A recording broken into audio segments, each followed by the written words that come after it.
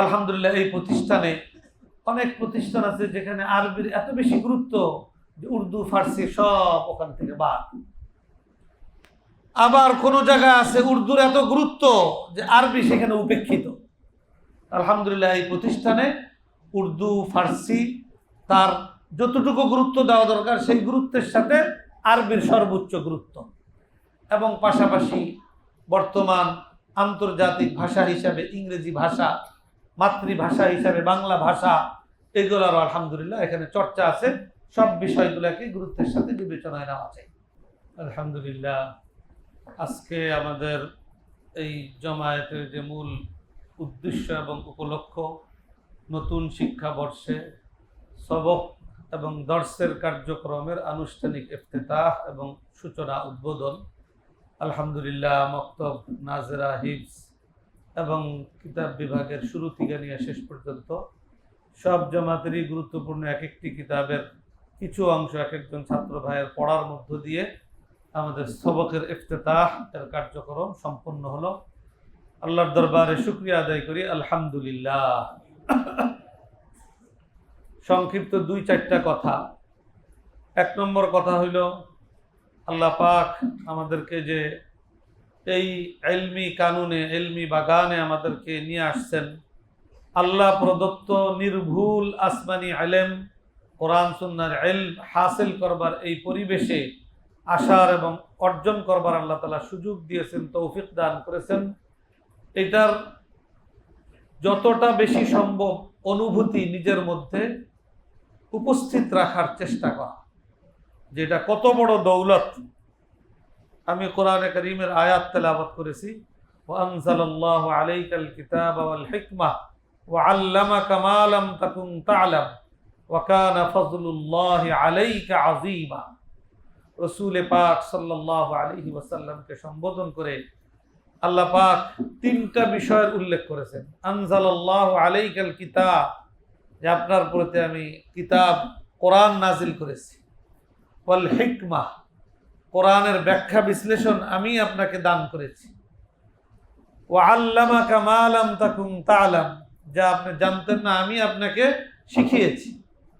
তিনটাই ইলমি বিষয়। এরপরে আল্লাহ পাক বলতেছেন ওয়া কানা ফাজলুল্লাহি আলাইকা আযীমা, এই কিতাবের ব্যাখ্যা বিশ্লেষণ এবং ইলম আপনাকে যে দান করেছি, এর মাধ্যমে আপনার প্রতি আমার পক্ষ থেকে আমি ফজলে আজিম করেছি। ইলমকে আল্লাহ পাক নিজেই ফজলে আজিম হিসাবে ঘোষণা করেছেন, আখ্যায়িত করেছেন। অতএব আমাদের প্রত্যেকেরই এই ইলমের গুরুত্ব, এই ইলমের আহাম্মিয়ত, এটা কতটা বড় দৌলত, এটা আমাদের ইহসাসের মধ্যে, অনুভূতির মধ্যে থাকা চাই। যদি থাকে তাহলে নিজের ওই অনুভূতির নতিজা আসবে আল্লাহ পাকের শুকরিয়া আদায়, এবং ওই শুকরিয়া হইল প্রকৃত শুকরিয়া। জবানি ভাবে আমরা শুকরিয়া আদায় করব, আর চেষ্টা করব, এটা তো মাঝে মাঝে না, শুধু প্রতিদিনই আমরা পারি। এমনিতেই তো আমরা প্রতি মুহূর্তে আল্লাহর নিয়ামত ভোগ করতেছি। খালি ভোগ করতেছি বললে যথার্থ হয় না। আল্লাহর নিয়ামতের মধ্যে আমরা ডুবা থাকতেছি। মাছ যেরকম পানির মধ্যে ডুবা থাকে এবং এটাই তার হায়াতের জন্য পূর্ব শর্ত, আমরাও এরকম তার চাইতে বেশি আল্লাহর নিয়ামতের মধ্যে ডুবা আছি। এর মধ্যে আবার বড় বড় বিশেষ বিশেষ নিয়ামত আমরা বিভিন্ন সময় লাভ করি। তার মধ্যে অন্যতম একটি হলো এই ইলমি নিয়ামত। অতএব আল্লাহ পাকের এই সকল নিয়ামতের শুকরগুজারি আদায়ের জন্য প্রতিদিন কমপক্ষে 2 রাকাত সালাত ও শুকর আদায় করা, ওই ইহসাস আর অনুভূতির সাথে। তাইলে আমাদের প্রত্যেকেরই প্রত্যাশা তো এই নিয়ামতের ধারা আমাদের জন্য বৃদ্ধি হোক, নিয়ামত বেশি হোক। তো নিয়ামত বৃদ্ধি করবার সহজ তরিকা হলো, যেটুকু আমি ভোগ করছি বা করতেছি ওটার কি করা, শুকরিয়া আদায় করা। আল্লাহ পাক এই তরিকা আমাদেরকে শিখাইছেন, লা ইন শাকারতুম লা আযীদান্নাকুম। যথাযথ শুকরিয়া যদি কেউ আদায় করতে পারে নিয়ামত ভোগ কইরা, আল্লাহ পাক সেই নিয়ামত তার জন্য বাড়ায় দেন। অতএব ইলম এর ইজদিয়াদ, বৃদ্ধি, এটাও আল্লাহ পাক চান, এবং এই দোয়া আল্লাহ পাক আল্লাহ রসুলকে শিখাইছেন, এর মাধ্যমে আমাদের সবার সামনে উপস্থাপন করেছেন, রব্বি জিদনি ইলমা। এই ইলমের ইজদিয়াদের সহজ তরিকা হলো এই ইলম অর্জন করবার এই সুযোগ যতটুকু লাভ করতে পারলাম, সেই নিয়ামত, এটার শুকরগুজারি আদায় করা। আল্লাহ পাক সকলকে তৌফিক দান করুন। এত মহামূল্যবান সম্পদ আমি অর্জন করব, এটার জন্য আমাকে মেহনত মুজাহাদা করতে হবে। এর জন্য ইলম অর্জনের জন্য যা যা আসবাব, আমাদের যে সকল কিতাব পড়ানো হয়, এখানে আমাদের প্রত্যেকেরই একটা বিষয়, কত রকমের কথা এখন সমাজের মধ্যে চলছে। এই কিতাবের প্রয়োজন নাই, ওই ভাষার প্রয়োজন নাই, এটার নাই, ওটার নাই, এই সকল নেতিবাচক আলোচনার কোনো সীমা পরিসীমা নাই। আমাদেরকে খেয়াল রাখতে হবে, আমি যতটুকু অর্জন করব সেইটাই আমার ইলমের মধ্যে ইজাফা। অতএব প্রতিষ্ঠানের পক্ষ থেকে আমাদেরকে যেই যেই কিতাব, যেই যেই বিষয়, যেই যেই ভাষা আমাদেরকে শেখানোর উদ্যোগ নেওয়া হয়, ওটা শেখার মধ্য দিয়ে আমরা এগিয়ে যেতে পারবো। ওগুলোর উপরে আমাদের পক্ষ থেকে কোনো রকমের নেতিবাচক মনোভাব, তার উপরে কোনো প্রশ্ন, এটা আমাদের থাকা কোনোভাবেই সমীচীন নয়। এই ক্ষেত্রে বিশেষ করে আমাদের এই কওমি মাদ্রাসায় উর্দু ভাষার একটা চর্চা এক জমানা ছিল, বাস্তবতার নিরিখেই উর্দু ভাষাই ছিল আমাদের শিক্ষার মাধ্যম এই কওমি মাদ্রাসায়, এবং সেটা তখনকার বাস্তবতা ছিল। তখনকার বাস্তবতা বললাম এই জন্য যে সেই সময় যারা আলেম হইতেন, তারা যাদের কাছে পড়তেন, তাদের মাতৃভাষাই ছিল উর্দু। তো তাদের কাছ থেকে উর্দু ভাষার মাধ্যমেই ইলম অর্জন করেছেন। তাদেরও অর্জন করতে করতে তাদেরও মাতৃভাষায় রূপান্তরিত হয়ে গেছে উর্দু ভাষা। তো সেই হিসাবে উর্দু দিয়েই ছিল পড়ালেখার একটা ব্যাপক পরিবেশ। আলহামদুলিল্লাহ, আমাদের মুরব্বিয়ানে কেরামগণ সময় মতো এই ব্যাপারে দৃষ্টি আকর্ষণ করেছেন ওলামায়ে কেরামের, এবং ওলামায়ে কেরামও যথাযথ পদক্ষেপ নেওয়ার মধ্য দিয়া আলহামদুলিল্লাহ আমাদের এই বাংলাদেশে যেহেতু মাতৃভাষা বাংলা, এই জন্য ব্যাপকভাবে শিক্ষা ব্যবস্থার মূল ভাষা, মাধ্যম ভাষা, এটা বাংলা ভাষাকেই প্রতিষ্ঠিত করার উদ্যোগ নিয়ে এখন 90% আলহামদুলিল্লাহ এটা বাস্তবায়িত হয়েছে। অতএব যখন যেটা প্রয়োজন, এটা মুরব্বীরা এই ব্যাপারে খেয়াল করেন না এরকম নয়। বাকি এরপরেও উর্দু ভাষা শেখার প্রয়োজনীয়তা আমাদের শেষ হয়ে যায়। উর্দু ভাষা শেখার ব্যাপক প্রয়োজনীয়তা আমাদের রয়েছে, কারণ আমাদের এই পাক ভারত উপমহাদেশে কোরআন সুন্নাহর বিগত প্রায় 200 বছর থেকে ইলমি যত ব্যাপক খেদমাত হয়েছে, সেটা হলো উর্দু ভাষায় হয়েছে। আমাদের এই কওমি মাদ্রাসার মূল কেন্দ্র দারুল উলুম দেওবন্দ, তার প্রতিষ্ঠাকালীন সময় থেকে নিয়ে বর্তমান পর্যন্ত সেখানের সকল পরিচালক, সকল শিক্ষক মণ্ডলী, তাদের মাতৃভাষা হলো উর্দু ভাষা। তাদের মাধ্যমেই ব্যাপক ইলমি খেদমাত হয়েছে এবং হচ্ছে। এখনো আমরা সেটার মুহতাজ। ইলমি গাহরাই, ইলমি গভীরতা অর্জনের জন্য কোরআন হাদিসের সহিহ তোমার ব্যাখ্যা বিশ্লেষণ, এইগুলার বুঝার জন্য আমরা ওনাদের সেই সকল শরাহ শুরুহাত, ব্যাখ্যা কার্যক্রম এবং আরো বিভিন্ন বিষয় ভিত্তিক তাদের যে খেদমাত, ওই খেদমাতগুলার মুহতাজ আমরা। অতএব আমি যদি উর্দু ভাষার সাথে পরিচিত না হই, তাইলে আমাদের যে মূল ধারা, আমাদের পূর্বসূরি আকাবিরিন, তাদের সাথে আমাদের সরাসরি ডাইরেক্ট সম্পর্ক হওয়ার কোনো সুযোগ থাকবে না। আমরা আমাদের এই কওমি মাদ্রাসার মূল শিক্ষার বিষয় আরবি। কেন আরবি?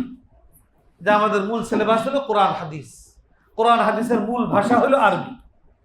এখন কোরআন হাদিসের তো সব ব্যাখ্যা বিশ্লেষণই বাংলায় আছে, তা আমাদের আরবি শেখার দরকারটা কি? আরবি শেখার দরকার হলো, আমি যদি কোরআন হাদিসের গভীরতায় পৌঁছতে চাই, কোরআন হাদিসের মূল ভাষার সাথে আমার পরিচয়, এটা পূর্ব শর্ত। ঠিক এমনিভাবে এই কোরআন হাদিসের এই ইলমি ধারা আমাদের পর্যন্ত পৌঁছার ক্ষেত্রে আমাদের নিকট অতীতের মাধ্যম হলো আমাদের আকাবিরিনগণ, আকাবিরে দেওবন্দ, তাদের ভাষা হলো উর্দু ভাষা। অর্থাৎ তাদের এই যে ইলমি খিদমাত, এইগুলোর সাথে যদি আমরা পরিচিত না হই তাহলে মাঝখানে আমাদের লাইন কাট আপ হয়ে যাবে। এই জন্য উর্দু ভাষার সাথে আমাদের পরিচয় হওয়া, উর্দু ভাষা শেখা এটা অত্যন্ত গুরুত্বপূর্ণ বিষয়। এই জন্য আলহামদুলিল্লাহ এখানে শেখানো হয়। আমাদের উর্দু ভাষাটাও খুব গুরুত্বের সাথে, এটাকে অত্যন্ত গুরুত্বের সাথেই আমাদেরকে শিখতে হবে। আমাদের সর্বোচ্চ গুরুত্বপূর্ণ হবে আরবি ভাষা, তারপরে আমাদের মাতৃভাষা বাংলা ভাষা, এরপরে আমাদের আকাবেরদের ভাষা উর্দু ভাষা। এটার সাথে আমাদের অবশ্যই সম্পর্ক হইতে হবে। আলহামদুলিল্লাহ বাংলা ভাষায়ও এখন ইলমি খিদমাত হচ্ছে, কিন্তু এই বাংলা ভাষায় ইলমি খিদমাত শুরু হয়েছে কবে থেকে? হযরত শাইখুল হাদিস রাহমাতুল্লাহ আলাইহির কাছে শুনেছি, তিনি হইল মানে তার জামানায় সর্বপ্রথম হাদিসের কিছু অনুবাদ শুরু হয়েছে। হযরত শাইখুল হাদিস রাহমাতুল্লাহ আলাইহির বুখারীর অনুবাদের আগে আমাদের বাংলা ভাষায় অনুবাদ হয়েছে মিশকাত শরীফ, নূর মোহাম্মদ আজমি সাহেব।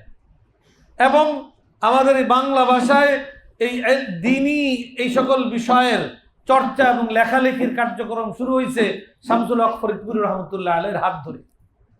খুব বেশি দিন আগের না, দেখা যাবে 50-60 বছর। এবং এখনো বাস্তবতা হইল যে বাংলা ভাষায় মৌলিক গ্রন্থ লেখার মতো ভাষাগত যোগ্যতা এবং ইলমি যোগ্যতা, এই দুই যোগ্যতার সমন্বয়ে মৌলিক কোনো কিছু লেখার মতো মানুষের সংখ্যা হাতে গোনা, খুব কম। অনুবাদ আলহামদুলিল্লাহ এখন ব্যাপক হচ্ছে, কিন্তু মৌলিক লেখার মতো মানুষ এখনো সেই দুই যোগ্যতা, ভাষার যোগ্যতা, ইলমি যোগ্যতা, এই দুই যোগ্যতার সমন্বিত মানুষ খুবই হাতে গোনা। এজন্য আরো সময় লাগবে। এক সময় ছিল মুসলিম বিশ্বে আরবিকে ছাপাইয়া ফার্সি ব্যাপকতা লাভ করেছিল।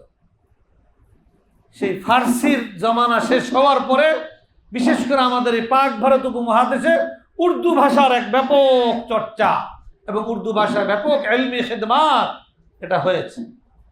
আলহামদুলিল্লাহ আমাদের বাংলাদেশে এখন বাংলায়ও ইলমি খিদমাত শুরু হয়েছে।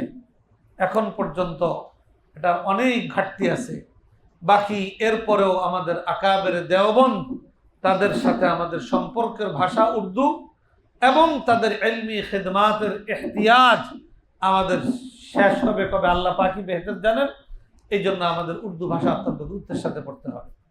কিছু ফার্সি আমাদের এখানে শেখানো হয়, এটা ভাষা শিক্ষা দেওয়ার জন্য না, ফার্সির সাথে ন্যূনতম একটা পরিচয়। সেই পরিচয়ের দুইটা দিক, একটা হলো উর্দু ভাষা যদি কেউ বুঝতে চায় ভালোভাবে, উর্দু ভাষা যদি সহিভাবে উচ্চারণ করতে চায়, তাহলে ফার্সির প্রাথমিক জ্ঞান তার থাকা অপরিহার্য। কারণ উর্দুর মধ্যে ব্যাপকভাবে ফার্সির ব্যবহার এবং উর্দু উচ্চারণের মধ্যেও ফার্সি নাহু সরফের প্রয়োগ ব্যাপকভাবে হয়। এই জন্য ফার্সির কিছুটা পড়া। আরেকটা হলো ফার্সি ভাষায় এমন কিছু কিতাব রচিত হয়েছে যেটার থেকে মুসলিম উম্মাহ কখনোই মুস্তাগনি হবে না। এই জন্য ওই কিতাবগুলোর সাথেও একটা ন্যূনতম পড়তে চাইলে যেন আমি বুঝে পড়তে পারি, এরকমের একটা ন্যূনতম একটু যোগ্যতা এই দুই বিষয়ে।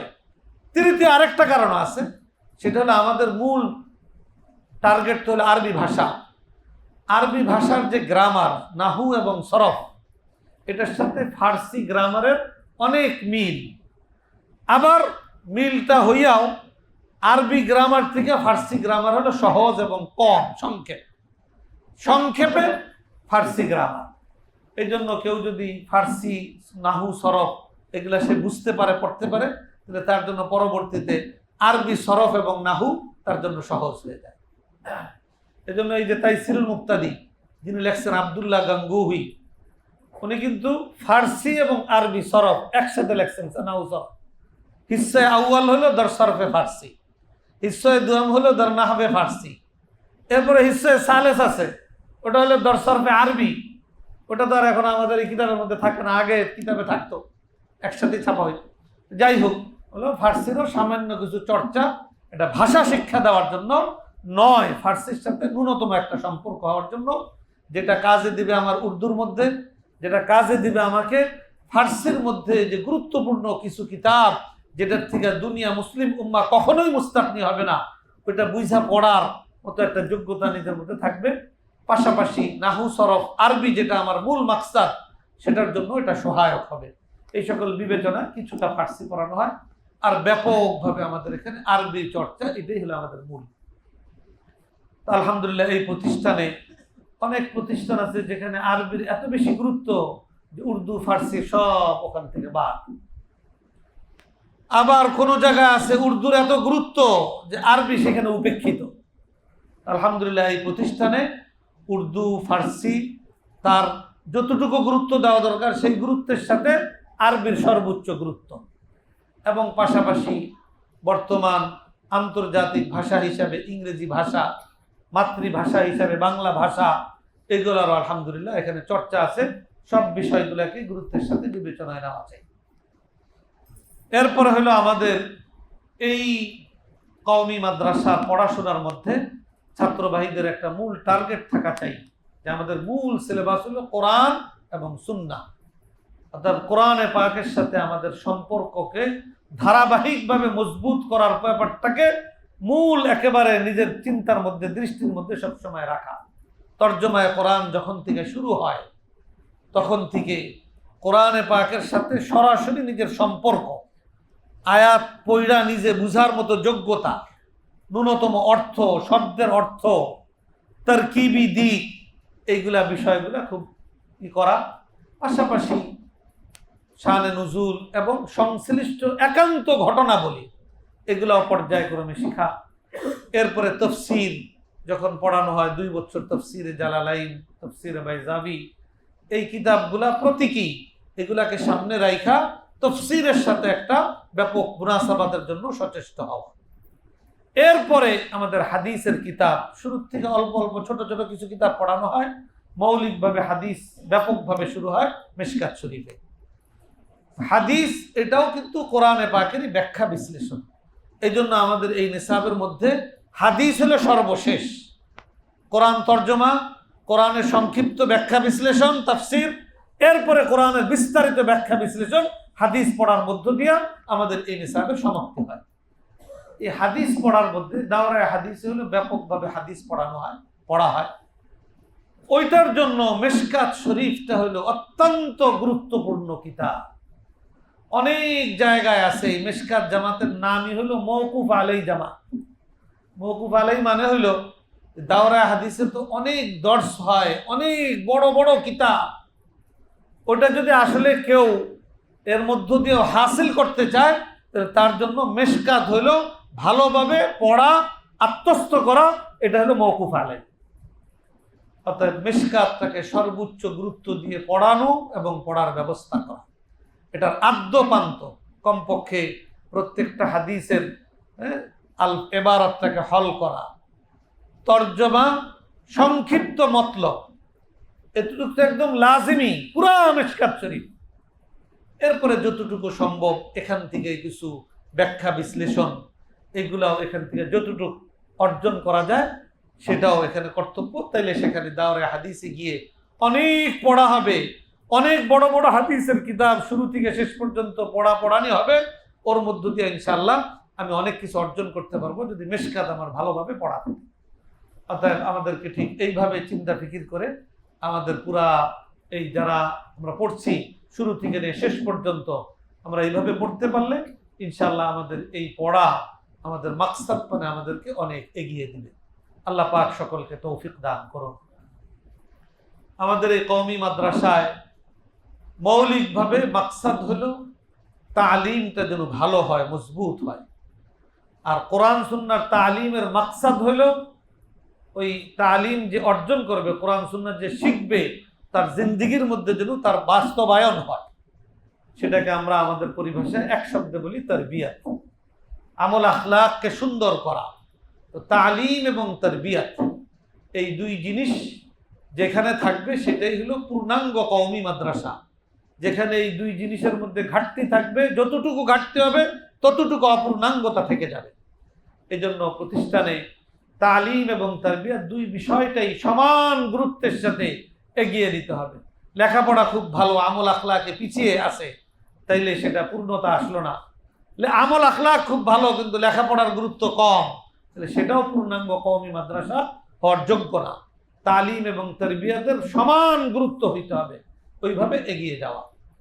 এই ক্ষেত্রে আমরা মোটা দাগে অনেক নিয়ম কানুন ইতিমধ্যে আমরা শুনছি, শুনতে থাকবো, ওস্তাদরা আমাদেরকে বলতে থাকবেন। এই সব নিয়ম কানুনের খোলাসা আমরা যদি তিনটা বিষয়কে ভালোভাবে মোটা দাগে আমাদের চিন্তা চেতনার মধ্যে, জেহেনের মধ্যে, দিমাগের মধ্যে আমরা ভালোভাবে বসাইতে পারি, প্রতিষ্ঠানের মধ্যে সেটার বাস্তবায়নের সুন্দর পরিবেশ আমরা গড়ে তুলতে পারি, তাহলে ইনশাআল্লাহ প্রতিষ্ঠানের এই দুই মাকসাদ তালিম এবং তারবিয়াতের লাইনে প্রতিষ্ঠান এগিয়ে যাবে, ছাত্ররাও ইনশাআল্লাহ এগিয়ে যাবে। তালিমি মজবুতির জন্য প্রতিষ্ঠানের মধ্যে সর্বোচ্চ গুরুত্বের সাথে সবকের ইহতেমাম, এটাকে বাস্তবায়ন করা। ছাত্র, ওস্তাদ, মাদ্রাসার মুনতাজিমিন, গার্জিয়ান, এই চার পক্ষের বুঝ এই ক্ষেত্রে একরকম করতে হবে। সবার কাছে প্রতিষ্ঠানের সর্বোচ্চ গুরুত্বপূর্ণ বিষয় হিসেবে সবক এটা বিবেচিত হইতে হবে। তাহলে ইনশাআল্লাহ সেই প্রতিষ্ঠানের তালিমি মেয়ার দিনে দিনে বাড়বে। যেই ছাত্রের মধ্যে এটা থাকবে তার যোগ্যতা দিনে দিনে বাড়বে। আর তারবিয়াতের লাইনে আমাদের তারাক্কি এবং অগ্রগতির জন্য নামাজের ইহতেমাম, এই দুইটা জিনিস মোটা দাগে যে সবকের ইহতেমাম করবে, তার দেখা যাবে সারাদিন সবকের ইহতেমাম করতে হইলেই মোতালা করে সবকে আসতে হবে, সবকের পরে তাকরার করতে হবে। এই সবটা মিলিয়ে হলো সবকের ইহতেমাম। তো মোতালা, যে কেউ কোনো ছাত্র যদি নিয়মিত মোতালা, তাকরার, সবকে মনোযোগের সাথে বসা, হাসিল করা, তাহলে তার সারাদিন এর মধ্যেই ব্যয় হয়ে যাবে, তার অন্যদিকে মনোযোগ দেওয়ার কোনো ফুরসতি থাকবে না। আমলের লাইনে যদি নামাজের ইহতেমাম কেউ করে, নামাজের ইহতেমামের মধ্যেও ফরজ ওয়াজিবের ইহতেমাম তো এমনিই করতে হয়, সুন্নতে মুআক্কাদা আর কিছু নওয়াফিলের ইহতেমাম যদি করা হয়, তাহলে আমলের লাইনে যতটুকু প্রয়োজন ছাত্র জামানায় সেই দিকে সে এগিয়ে যাবে। এই দুইটা বিষয়কে খুব গুরুত্বের সাথে নেওয়া।